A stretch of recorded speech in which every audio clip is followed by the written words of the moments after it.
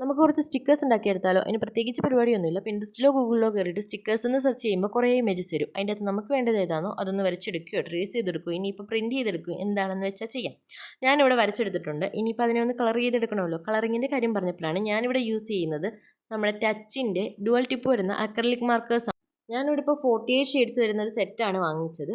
കുറേ നാൾ കൊണ്ട് ഞാൻ എൻ്റെ വിഷ് ലിസ്റ്റിൽ ഇട്ട് വെച്ചിരുന്ന ഒരു സാധനമാണ്. ഇപ്പോഴാണ് എനിക്ക് വാങ്ങിക്കാൻ പറ്റിയത്.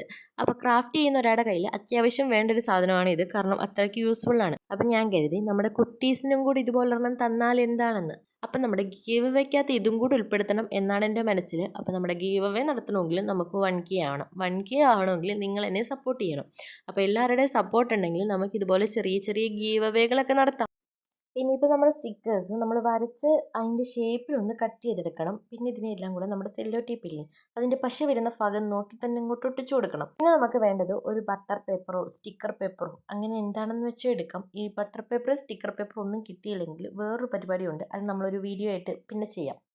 എൻ്റെ കയ്യിലാണെങ്കിൽ ഞാൻ പണ്ട് വാൾ സ്റ്റിക്കേഴ്സ് വാങ്ങിച്ച സമയത്ത് അതിൻ്റെ ബാക്ക് സൈഡിലെ പേപ്പർ എടുത്ത് സൂക്ഷിച്ച് വെച്ചിട്ടുണ്ടായിരുന്നു. അതെന്തുവായാലും ഇപ്പോൾ എനിക്ക് യൂസ്ഫുൾ ആയിട്ടുണ്ടായിരുന്നു. അപ്പം ഞാൻ അതിൻ്റെ അകത്തോട്ടാണ് നമ്മൾ ഈ സ്റ്റിക്കേഴ്സ് എല്ലാം കൂടെ ഒട്ടിച്ചു കൊടുക്കുന്നത്.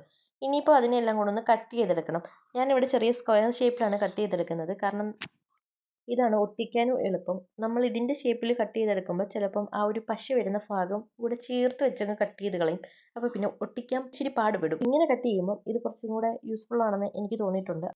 അപ്പം നമ്മുടെ സബ്സ്ക്രൈബർ കുട്ടിയായ ആമിക്കുട്ടി പറഞ്ഞിട്ടാണ് നമ്മൾ ഈ സ്റ്റിക്കേഴ്സ് മേക്ക് ചെയ്തെടുത്തത്. അപ്പം വീഡിയോ ഇഷ്ടപ്പെട്ട് കഴിഞ്ഞാൽ ലൈക്ക് ചെയ്ത് സപ്പോർട്ട് ചെയ്യാനും ചാനൽ ഒന്ന് സബ്സ്ക്രൈബ് ചെയ്ത് സപ്പോർട്ട് ചെയ്യാനും പിന്നെ എന്തെങ്കിലുമൊക്കെ കമൻറ്റ് ചെയ്യാനും മറക്കണ്ട. പിന്നെ നമ്മുടെ ഗീവ് അവേ ഇല്ലേ അതിൻ്റെ കാര്യവും നിങ്ങളാരും മറക്കാൻ നിൽക്കണ്ട.